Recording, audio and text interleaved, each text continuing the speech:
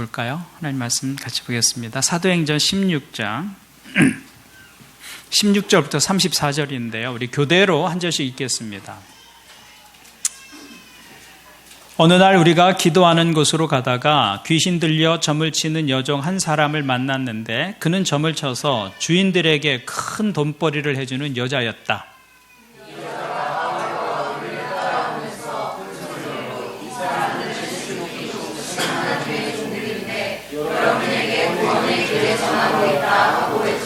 그 여자가 여러 날을 두고 이렇게 하므로 바울이 귀찮게 여기고 돌아서서 그 귀신에게 내가 예수 그리스도의 이름으로 내게 명하니 이 여자에게서 나오라 하고 말하니 바로 그 순간에 귀신이 나왔다.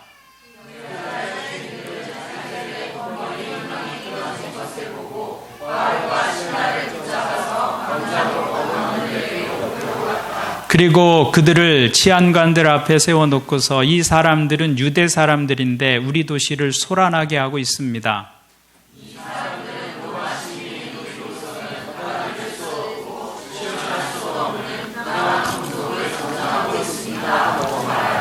무리가 그들을 공격하는데 합세하였다. 그러자 치안관들은 바울과 실라의 옷을 찢어 벗기고 그들을 매로 치라고 명령하였다.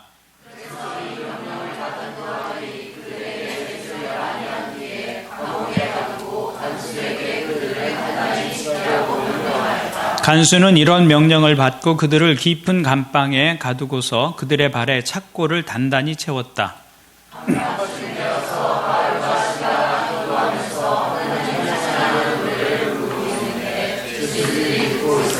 그때 갑자기 큰 지진이 일어나서 감옥의 터전이 흔들렸다. 그리고 곧 문이 모두 열리고 모든 죄수의 수갑이며 착고가 풀렸다.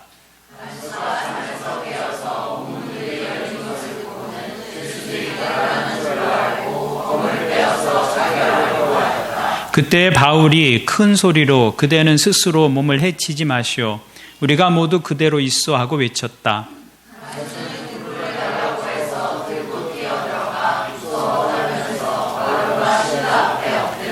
그리고 그들을 바깥으로 데리고 나가서 물었다. 두 분 사도님, 내가 어떻게 해야 구원을 얻을 수 있습니까?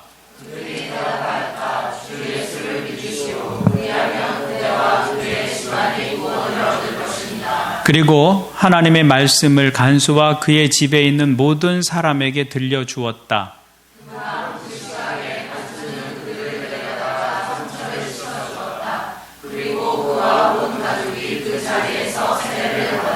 같이 읽죠. 간수는 그들을 자기 집으로 데려다가 음식을 대접하였다. 그는 하나님을 믿게 된 것을 온 가족과 함께 기뻐하였다. 아멘. 오늘 말씀은 바울과 실라가 2차 전도 여행을 떠났을 때 있었던 사건입니다. 사도행전에서 복음은 처음부터 이방인을 향했다는 이야기를 우리가 계속 생각하고 있는데요. 그래서 시간이 지나면서 점점 더 많은 이방인들이 교회 안에 들어오게 되었습니다. 그러면서 예기치 않은 문제들도 생기게 되었습니다. 먼저 유대의 그리스도인들은 율법과 친숙한 삶을 살았어요. 그래서 율법을 지키면서 사는 것을 특권이라고 생각했는데 이방인들은 율법을 들어본 적도 없었던 사람들이었습니다. 그래서 이방인들에게 이 율법을 어떻게 할 것인가, 이런 문제들이 이제 생겨난 것이죠. 그런 문제를 해결하기 위해서 교회 역사상 최초로 교회 회의가 열리게 됩니다. 그것이 사도행전 15장의 예루살렘 회의입니다. 그 회의의 주제가 무엇이었느냐면 이방인들이 할례를 받아야 하는가라는 것이었습니다. 그리고 이방인들도 그리스도인이 되기 위해선 율법을 지켜야 하는가라는 것이었죠. 감사하게도 예루살렘 교회는 복음의 본질을 놓치지 않았습니다. 그래서 이방인들은 할례를 받을 필요가 없다, 그렇게 결정합니다. 율법을 유대인들처럼 지킬 필요도 없다고 결정하죠. 예루살렘 회의에서 사도들은 구원은 오직 믿음으로 얻는 것이다 라는 복음의 본질을 확실하게 규정하였습니다. 다만 유대 그리스도인들과의 원만한 교제를 위해서 유대인들이 혐오하는 몇 가지, 우상에게 바친 더러운 음식, 음행하는 것, 목매어 죽인 것, 피를 멀리할 것, 이 네 가지 정도를 금해 줄 것을 요구합니다. 이것을 율법처럼 지킬 필요는 없지만 유대 그리스도인들을 존중한다면 이 정도는 지켜주었으면 좋겠다, 그런 결정을 내리게 되죠. 이 결정이 복음의 분수령이 됩니다. 그리고 2000년이 지난 지금 오늘 우리는 이 예루살렘 교회 회의의 혜택을 지금도 누리고 있는 것이죠. 만약 이때 이런 결정이 이루어지지 않았다면 오늘날의 기독교는 없었을 것입니다. 이때 이방인들도 복음을 율법을 지켜야 하고 할례 받아야 한다라고 결정되었다면 우리 중에 예수를 믿겠다고 하는 사람들 거의 없었을 것입니다. 그래서 이 예루살렘 회의를 통해서 복음의 장애가 되었던 것들이 제거가 됩니다. 그리고 복음이 마치 날개를 단 것처럼 이방을 향해서 나아가게 되죠. 이때부터 이방인들을 향해서 복음이 빠르게 전해지는 것을 보게 됩니다. 바울은 이 결정과 함께 복음을 가지고 다시 이방인들에게로 나아갑니다. 그것이 바울의 2차 전도 여행입니다. 2차 전도 여행을 지도로 보면은요, 지도가 나와야 되는데, 안디옥에서부터 시작이 돼요. 안디옥 어딘지 커서로 좀 보여주시겠어요? 예, 거기에요. 원래는 1차 전도 여행은 이 안디옥에서 구브로 섬으로 갔어요. 바울과 바나바가. 그런데 바울과 바나바와 함께 누가 동행하느냐면 마가라는 요한이 동행을 합니다. 근데 마가 요한은 같이 가다가 도중에 포기하고 돌아갑니다. 근데 2차 전도 여행 때 바나바가 그 마가를 같이 데리고 가자 이렇게 제안합니다. 마가는 바나바의 조카였거든요. 근데 바울이 안 된다 말합니다. 15장 끝에 나오는 이야기예요.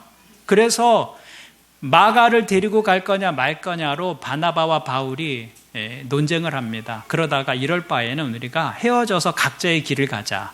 그래서 바나바는 자기 조카 마가를 데리고 원래 길로 갑니다. 그래서 구브로로 향해 갑니다. 1차 전도 여행을 갔던 길로 가고요. 바울은 안디옥에서 신라와 함께 반대편 육로를 통해서 자기가 복음을 전했던 아시아 쪽으로 가게 됩니다. 그래서 저렇게 진행이 되는 거예요. 더베, 루스드라, 이고니온, 안디옥 이렇게 간 거죠. 그 다음에 어디로 가냐면 드로아로 가게 됩니다. 거기에 드로아인데요. 드로아에서 원래 사도 바울은 갈라디아 위쪽에 비두니아 지방으로 가려고 그랬어요. 그게 아시아의 북쪽이거든요. 그런데 이 드로아에서 환상을 보게 됩니다. 그래서 9절을 보면은 어떤 환상을 보게 되느냐면 9절부터 좀 보겠습니다. 여기서 밤에 바울에게 환상이 나타났는데 마케도냐 사람 하나가 바울 앞에 서서 마케도냐로 건너와서 우리를 도와주십시오 하고 간청하였다. 드로아에서 바울이 아시아의 북쪽 비두니아로 가고 싶어 했는데 그 길은 자꾸 막히고, 그리고 마게도냐 사람이 환상 속에 나타납니다. 그리고 이리로 건너와서 우리를 도와달라 이렇게 간청하죠. 바울은 그 환상을 보고서 우리가 마케도니아로 가서 복음을 전하는 것이 하나님의 뜻이라고 확신을 합니다. 그래서 바울과 실라는 바다를 건너서 이제 마케도니아, 유럽입니다. 유럽 쪽으로 이제 건너가게 되죠. 그 유럽 마케도니아의 첫 성이 어디냐면 빌립보라는 성입니다. 그리고 오늘 말씀은 그 빌립보라는 도시에서 일어난 일을 기록하고 있는 것입니다. 이것이 16장의 배경입니다. 16절부터 보면 그 빌립보 성에 귀신 들려서 점을 치는 한 여종이 있었습니다. 그녀는 점을 쳐서 주인들에게 돈을 벌게 해주는 사람이었어요. 그 한 여자에게 주인들이 있었다고 말하니까 이 사람은 능력이 많았던 사람 같아요. 그래서 한 여자를 통해서 여러 명의 사람들이 경제적 이득을 취하고 있었다는 것이죠. 그런데 바울과 실라가 그 여인에게서 귀신을 쫓아냅니다. 예수의 이름으로 귀신을 쫓아내니까 이 여인에게서 귀신이 나가고 영적인 속박에서 벗어나게 되죠. 그러자 이 여종이 더 이상 점을 칠 수 없게 됩니다. 이것은 그 여종을 부리던 주인들에게는 큰 손해가 되는 일이었습니다. 그래서 이 사람들이 바울을 모함하고 고소하게 됩니다. 그 고소로 인해서 바울과 실라는 억울하게 매맞고 고초를 당하고 마침내는 깊은 감옥에 갇히게 되었다. 그것이 사도행전 16장에 사건의 진행입니다. 그런데 오늘 말씀을 보면 억울하게 갇힌 바울과 실라가 그 감옥 속에서 기도하고 찬송했다, 이렇게 기록하고 있는 것이죠. 이것은 아주 의외의 반응이었습니다. 억울한 일을 당했는데 그 상황에서 기도하고 찬양하는 것은 일반적이지 않습니다. 그런데 믿음이란 어떤 것이냐? 믿음이란 삶에서 일어나는 일들에 대해서 의외의 반응을 가지고 살아가는 것이다, 이렇게 성경은 우리에게 말씀하고 있는 것이죠. 우리는 바울과 실라의 모습 속에서 믿음이 가진 능력을 봅니다. 그 능력은 무엇이냐면 다르게 반응하는 능력입니다. 다르게 반응하는 거예요. 우리의 삶은 처해진 환경에 어떻게 반응하느냐에 따라서 동일한 조건 속에서도 완전히 다른 삶을 살 수 있습니다. 그래서 어떤 사람은 자신이 처해진 환경이나 상황 속에서 그것을 넘어서는 삶을 사는 사람이 있는가 하면, 어떤 사람은 같은 상황인데도 그 상황을 점점 악화시키면서 살아가는 사람이 있습니다.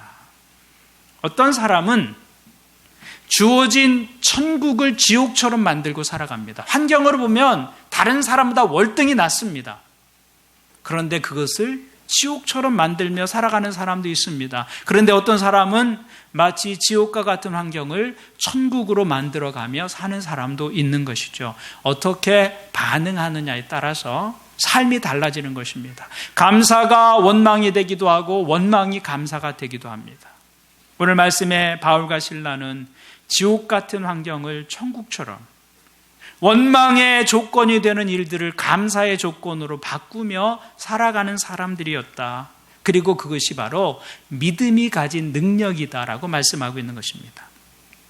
그래서 믿음은 최악의 시간을 최선의 시간으로 바꾸는 능력이 됩니다.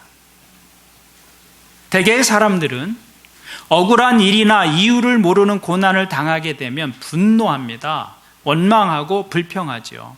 그런데 그것은 상황을 더 비참한 자리로 몰고 가는 그런 모습이 됩니다. 고통을 가중시키는 일이 됩니다. 그런데 바울과 실라는 그렇게 반응하지 않았습니다. 견디기 어려운 고통 중에서 찬송하고 기도했다. 이것은 의지적인 행동입니다. 왜냐하면 이런 상황 속에서 어떤 사람도 자동적으로 찬송이 나오거나 자동적으로 기도가 나올 수는 없기 때문입니다. 우리의 본성은 이런 상황에서는 원망에 익숙합니다. 분노에 익숙합니다. 바울과 실라도 예외는 아니었을 것입니다. 그런데 원망이 올라올 때 그 원망을 선택하지 않습니다. 기도를 선택합니다. 분노가 치밀어 오를 때 그 분노의 감정을 선택하지 않습니다. 오히려 찬송을 선택합니다.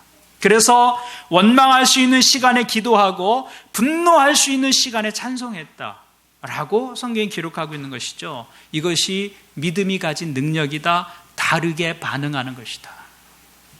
그 결과 그들은 그들의 생애에서 최악의 시간을 만났지만 그 최악의 시간이 최선의 시간으로 바뀌었다는 것입니다. 사도행전 16장 23절부터 26절을 보면 바울과 실라가 당한 일을 이렇게 기록합니다. 명령을 받은 부하들이 그들에게 매질을 많이 한 뒤에 감옥에 가두고 간수에게 그들을 단단히 지키라고 명령하였다. 간수는 이런 명령을 받고 그들을 깊은 감방에 가두고서 그들의 발에 착고를 단단히 채웠다. 한밤중에 바울과 실라가 기도하면서 하나님께 찬미의 노래를 부르니 제수들이 듣고 있었다. 그때 갑자기 큰 지진이 일어나서 감옥의 터전이 흔들렸다. 그리고 곧 문들이 모두 열리고 모든 죄수의 수갑이며 착고가 풀렸다. 바울과 실라가 당한 상황을 설명하면서 23절을 보면 매질을 많이 한 뒤에라고 그렇게 기록하고 있습니다. 여기 매질이라는 것은 태장이라는 형벌입니다. 때리는 형벌이죠. 근데 이 태장은 죽기 직전까지 때리는 형벌입니다. 보통 40대 이상을 맞으면 죽을 수 있었기 때문에 39대를 때리는 것이 태장의 일반적인 형태였습니다. 죽기 직전까지 때리는 겁니다. 그리고 24절을 보면 깊은 감방에 가두었다 이렇게 기록하고 있죠. 관원들은 바울과 신라를 붙잡아 깊은 감옥에 끌고 가서 고문합니다. 고문이 끝나고 그들의 발에 착고를 채워서 그들을 메어두었다. 이렇게 기록하고 있죠. 착고라는 것은 우리 사극을 보면 목에 칼을 차잖아요. 그 칼을 발에다 차고 있다고 생각하면 됩니다. 송판지에 발목이 들어갈 수 있는 그런 구멍을 뚫고 거기다 발목을 넣고 자물쇠로 잠그는 것이죠. 로마의 법은 간수가 죄수를 놓치면 그 죄수가 살아야 할 형을 간수가 대신 살아야 합니다. 그 죄수가 죽어야 할 형벌이라면 간수가 대신 죽고요. 10년을 살아야 할 형이라면 간수가 10년을 살아야 하는 것이죠. 그러니까 간수의 최대의 관심은 죄수들이 도망하지 않게 만드는 것입니다. 지진으로 감옥 문이 열렸을 때 간수가 자살하려고 했던 이유는 바로 거기에 있었습니다. 그 죄수들이 살아야 할 형벌을 자기가 다 감당해야 하기 때문에, 그래서 도망한 줄 알고 자살하려고 했던 것이죠.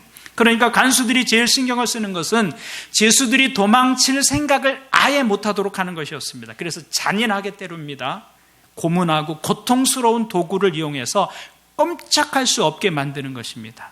그래서 바울과 실라가 깊은 감옥에 심한 매질과 고문을 당한 후에 움직일 수 없도록 착고에 매여서 갇히게 되었다. 이렇게 기록해 놓은 것이죠. 그들의 생애의 최악의 순간인 것이죠. 25절 말씀을 보면 한밤쯤 되어서 그들이 깨었다. 이렇게 기록하고 있습니다. 아마 매를 맞고 모진 그 고문을 당하면서 바울과 실라가 정신을 잃었던 것이 아닌가 생각이 됩니다. 한밤중에 정신을 차리게 된 것이죠. 바울과 실라는 정신이 들었을 때 자신들이 당한 상황을 보았습니다. 깊은 감옥 속에 고문으로 인해서 만신창이하게 되고 찢겨진 몸을 보았을 것입니다. 그 상처로 인한 심한 고통을 느끼게 되었을 것입니다. 그래서 한밤중에 그들이 깨었다고 기록하고 있는 것이죠. 여기 그들이 한밤중에 깨었다는 말은 단지 그 시간이 밤중이었다라는 묘사이기도 하지만 그들의 인생에 어두움이 밀려왔다는 중의적인 표현이기도 합니다.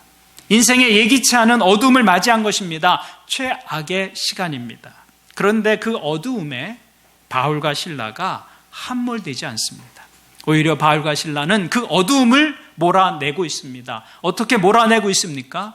25절 말씀을 보니까 한밤쯤 되어서 바울과 실라가 기도하면서 하나님을 찬양하는 노래를 부르고 있는데 죄수들이 듣고 있었다. 그들이 정신을 차리고 나서 한 일은 찬양하는 일이었고 기도하는 일이었다.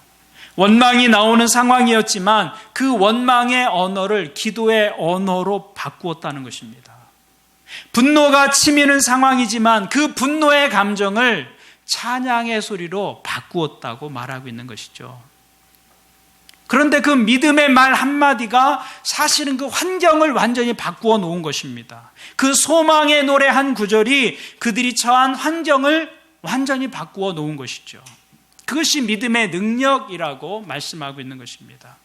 우리가 절망의 언어를 믿음의 언어로 바꿀 때, 우리가 가진 원망의 언어들을 찬양의 언어로 바꿀 때 믿음이 우리 삶의 능력이 되는 것입니다.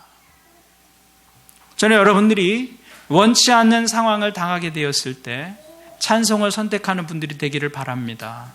기도할 수 있는 분들이 되기를 바랍니다. 의지적인 선택입니다. 그런데 그때 우리는 그 상황에 매이지 않게 되는 것이죠.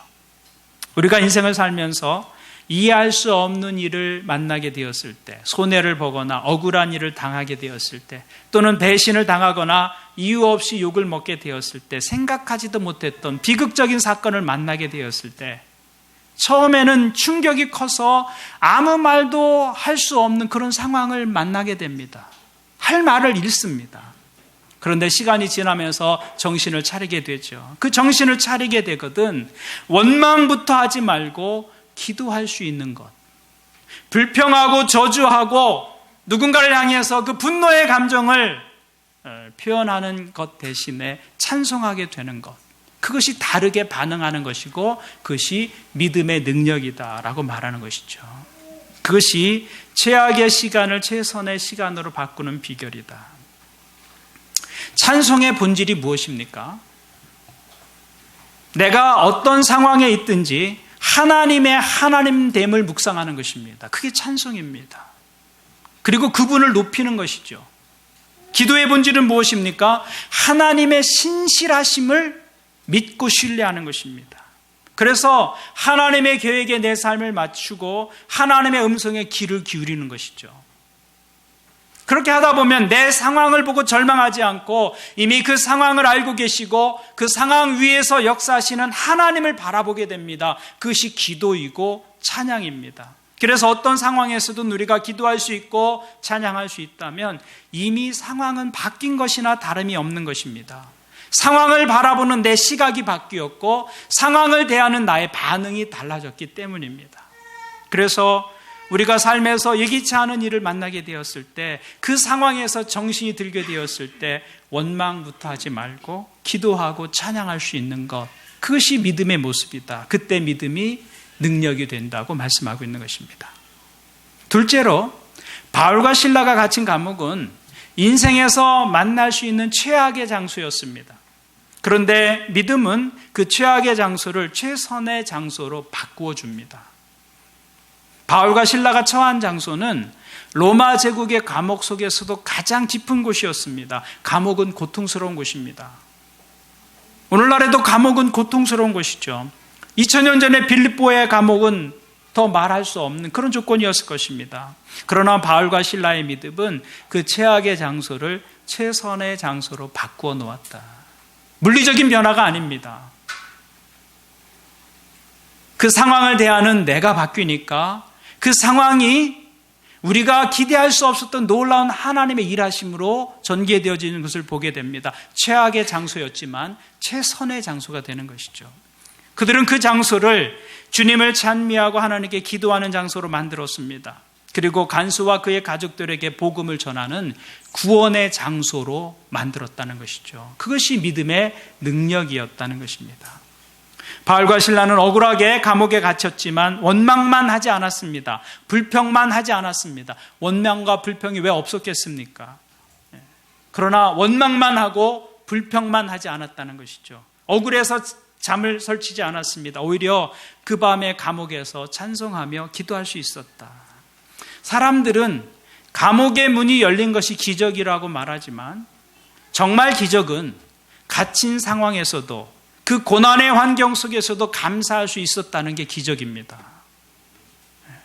그 상황에서 찬송할 수 있었다는 그 상황, 그 모습 자체가 기적인 것이죠. 그리고 그때 감옥문이 열렸다고 기록하고 있습니다. 그들이 찬송하고 기도할 때 감옥의 문이 열렸다. 여러분, 어떻게 기도와 찬송으로 닫힌 감옥의 문이 열릴 수 있습니까? 그런데 성경은 기도하고 찬송할 때 닫힌 감옥의 문이 열렸다 이렇게 기록하고 있는 것이죠. 토미 텐이라는 분은 이것을 가리켜서 확대경으로 하나님을 보는 것이다 이렇게 표현을 했습니다. 확대경으로 하나님을 보는 것이다. 때때로 하나님이 멀리 계신 것 같고 하나님이 내 문제보다도 작은 것처럼 보일 때가 있습니다. 특별히 억울한 일을 당했을 때 그렇게 느껴집니다. 이해할 수 없는 고난을 만날 때 우리는 하나님에 대해서 그렇게 느껴집니다. 생각보다 작은 하나님, 내 문제보다도 작은 하나님, 그렇게 느낄 때가 있습니다. 그런데 찬송과 기도는 마치 영혼의 확대경과 같은 것입니다. 확대경을 통해 보면 멀리 있는 것도 가까이 보이고 작은 것도 크게 보입니다. 우리가 고난 가운데 서 있을 때 하나님이 멀리 보이고 작게 보입니다. 그러나 기도하고 찬송하게 될 때 그것이 영혼의 확경이 되어서 그 순간에 우리 영혼은 하나님을 더 크게 볼 수 있게 되고 더 가까이서 더 자세히 볼 수 있게 된다는 것이죠. 고난 가운데서는 고난 너머의 상황이 가려져 있습니다. 보이지 않습니다. 그때 기도하고 찬송하게 될 때 마치 창이 열리듯이 그 너머에 계시는 하나님이 보이기 시작하는 것입니다. 그래서 이스라엘 백성들은 찬송하면서 홍해를 가르고 찬송하면서 요단강을 건너갈 수 있었다는 것이죠. 그들이 찬송하며 하나님을 신뢰했을 때 요단강이 갈라졌고 홍해가 갈라졌습니다. 성경을 보십시오. 찬송하고 기도하는 그리스도인의 삶이 어둠 가운데서 끝난 경우가 있었는가? 그런 상황이 없어요. 기도하고 찬송하는 그리스도인의 삶이 어둠으로 끝나고 고난으로 끝나는 경우가 없었다라는 것입니다. 그래서 바울과 실라의 영혼은 감옥 문이 열리기 전에 이미 그 고난의 상황에서부터 자유하고 있었던 것이죠. 원망에 묶여있지 않았습니다. 억울함에 묶여있지 않았어요. 이미 그들의 영혼과 마음은 자유한 상태 속에 있었다라는 것이죠. 그러니까 기도할 수 있었고 찬송할 수 있었다는 것입니다. 믿음은 장소를 초월하여 살게 하는 것입니다. 환경을 초월하여 삶을 살게 하는 것, 그것이 믿음이다. 바울과 실라는 최악의 장소를 최선의 장소로 바꿉니다. 그런데 어떤 사람은 최선의 장소를 최악의 장소로 바꾸는 사람도 있습니다. 이것은 아주 쉽습니다. 말 한마디로도 얼마든지 가능한 일입니다. 누구든지 자기 집을 향해서 이 망할 놈의 집구석이라고 말한다면 그 말하는 순간 그 집은 지옥과 같은 곳이 되고 말 것입니다. 그렇게 말하는 순간 아무리 편리한 집에 거한다 할지라도 그 삶의 자리는 지옥과 같은 것이 되고 마는 것이죠. 교회도 마찬가지고 목장도 마찬가지고 여러분의 직장도 마찬가지입니다. 이놈의 교회, 말하는 순간 교회는 하나님의 나라가 아니라 지옥과 같은 곳이 됩니다. 이놈의 목장, 이놈의 회사, 저는 여러분들이 그렇게 말하지 않기를 바랍니다. 그런데 그렇게 원망하고 불평하는 순간 아무리 좋은 곳에 있어도 사람들은 감옥을 사는 것입니다. 감옥을 사는 거예요. 장소에 상관이 없습니다. 그 영혼은 원망의 감옥을 사는 것입니다. 불평의 감옥을 사는 것이죠. 그런데 우리가 가진 믿음의 능력이 무엇이냐라는 거예요. 믿음은 지옥을 천국으로 만듭니다. 여러분 믿으십니까? 안 믿으시는군요. 믿음은 지옥을 천국으로 만듭니다. 아니, 그게 실제적인 믿음의 결과입니다. 우리는 믿음 때문에 지옥에 갈 운명이었다가 천국에 가게 된 운명을 살게 되었습니다. 실제적인 결과입니다. 믿음의 실제적 결과입니다. 그래서 믿음은 천국의 문을 여는 것이죠. 믿음이 천국의 문을 연다면 믿음으로 열리지 않을 문이 세상에 어디 있겠습니까? 그 믿음으로 천국의 문도 여는데, 믿음이 하늘의 문을 열 수 있다면 이 땅에서 열지 못할 문이 어디 있겠습니까? 그래서 우리에게 믿음이 있다면 이 땅에서 지옥과 같은 상황 속에서도 천국과 같은 상황을 살 수 있는 것이죠. 그게 믿음의 실질적인 결과다라는 것입니다. 이 세상에서 하나님과 거리가 가장 먼 장소는 감옥일 것입니다. 거기엔 죄가 있는 곳이에요. 거기엔 어둠이 있는 곳입니다. 감옥은 하나님과 거리가 가장 먼 곳입니다. 그러면 세상에서 하나님과 거리가 가장 가까운 곳은 어딜까요? 어디가 될까요? 교회일 수도 있고 수도원일 수도 있고, 거기는 하나님을 향한 소망이 있는 곳이고 전심으로 하나님을 향하는 곳입니다. 그런데 하나님과의 거리는 그런 물리적 공간이 만들어내는 것이 아니다라는 것이죠. 감옥 속에 있어도 기도하고 찬양하며 하나님을 기대하며 삶을 살아간다면 그것이 감옥일지라도 하나님과 가장 가까운 곳이 됩니다. 그러나 수도원에 있는 수도사라 할지라도 감사하지 못하고 불평하고 원망하며 산다면 수도원일지라도 그것은 하나님과 가장 거리가 먼 곳이 될 것입니다. 감옥과 다른 곳이, 다를 바가 없는 곳이 되죠. 그러니까 환경이 우리를 천국을 살게 하고 지옥을 살게 만드는 것이 아니다라는 것입니다. 환경에 대한 우리의 반응이 천국을 살게도 하고 지옥을 살게도 하는 것입니다. 오늘 여러분들에게 이런 믿음이 있기를 바랍니다. 어떤 상황에서든 믿음으로 반응하는 삶을 사는 것이죠. 그러면 그것이 어느 곳이든 하나님과 가장 가까운 곳이 됩니다. 그것이 믿음이 가진 능력이다. 세 번째로 바울과 실라는 그들이 만난 그 일이 최악의 사건이었지만 그들은 믿음으로 그 최악의 사건을 최선의 사건으로 바꾸었다는 것이죠. 바울과 실라가 빌립보 감옥에 갇힌 것은 최악의 사건이었습니다. 병든 자를 고쳐주었습니다. 귀신 들린 자를 해방시켰습니다. 그런데 모진 고난을 당하고 또 가장 깊은 감옥에 갇히게 되었다. 최악의 사건을 만난 것입니다.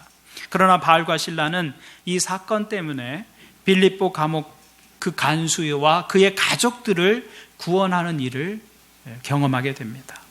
이렇게 그리스도인들이 만나는 사건의 배후에는 그 일이 억울한 일이든 아니든 우연한 것이 없습니다. 우리가 만나는 모든 일은 의미 없는 일이 없다는 것이죠. 거기에는 하나님의 섭리가 있습니다. 바울과 실라가 만난 일은 최악의 사건이었지만 그것은 한 사람을 구원하기 위해서 하나님이 오래전부터 계획하신 일이 바로 거기에서 시작된 것이었습니다. 그들이 당한 일은 그 한 사람으로 하여금 하나님의 나라를 볼 수 있는 기회가 되어진 것이죠. 그러므로 우리가 세상을 살면서 겪는 일들은 다른 사람들로 하여금 하나님의 나라를 볼 수 있는 기회가 되어야 한다는 것입니다. 우리의 삶은 믿지 않는 사람들이 하나님에 대해서 눈뜨는, 구원에 대해서 관심을 가지게 되는 그런 기회가 되어야 한다는 것입니다. 그래서 베드로전서 3장 15절 말씀을 보면 베드로 사도는 우리에게 이렇게 말씀합니다. 너희 마음에 그리스도를 주로 삼아 거룩하게 하고 너희 속에 있는 소망에 관한 이유를 묻는 자에게는 대답할 것을 항상 예비하되 온유와 두려움으로 하고. 베드로 사도는 너희 속에 있는 소망에 관한 이유를 묻는 자들에게 대답할 것을 준비하라 이렇게 요청합니다. 그러니까 사람들이 믿는 우리에게서 무엇을 본다는 것입니까? 자신들에게는 없는 소망을 본다는 거예요. 그리스도인들은 그들이 당하고 있는 이해할 수 없는 어둠 속에서도 빛을 보는 사람들인 것이죠. 절망의 상황 속에서도 소망을 놓지 않는 사람들입니다. 그래서 어두운 감옥 속에서도 찬송할 수 있고 기도할 수 있는 사람들입니다. 근데 그것이 믿지 않는 사람들에게는 충격이 되는 것입니다.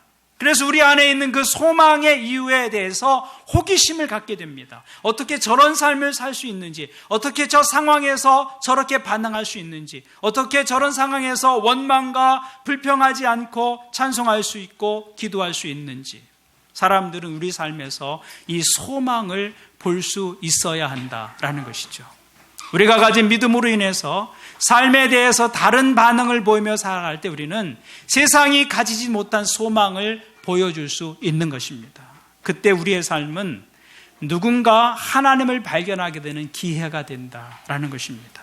우리의 삶은 믿지 않는 사람들이 하나님에 대해서 눈뜨는 기회가 되어야 한다라는 것을 말씀하고 있는 것이죠.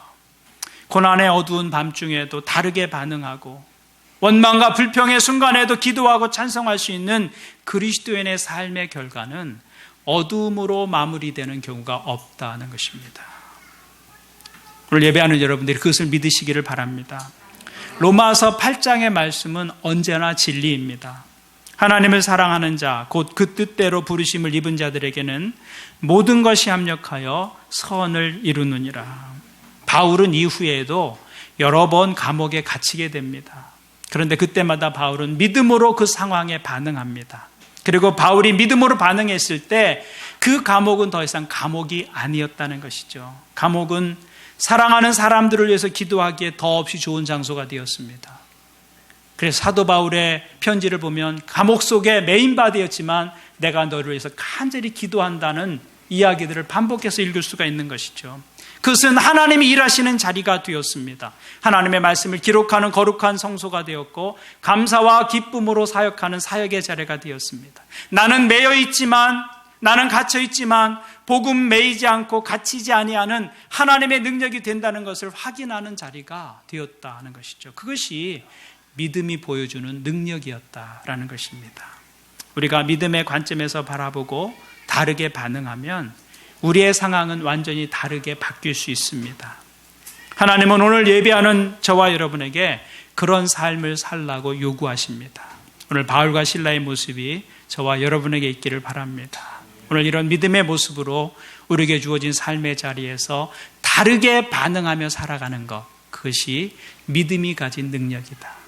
오늘 저와 여러분에게 이런 믿음의 모습이 있기를 주님의 이름으로 축원을 드립니다. 아멘. 기도하겠습니다. 하나님 아버지 감사합니다.